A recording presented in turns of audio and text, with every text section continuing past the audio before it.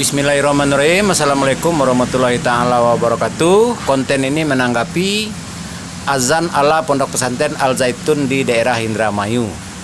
Kalau saya lebih suka publik mempertanyakan apa maksud gaya angkat tangan di saat perpanggilan azan tersebut, ya. Dan MUI telah mengeluarkan statement itu tidak melanggar fikih Islam, ya.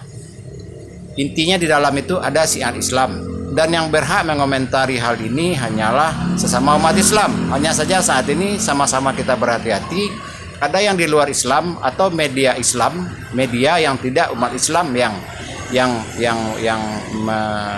koordinir, ya.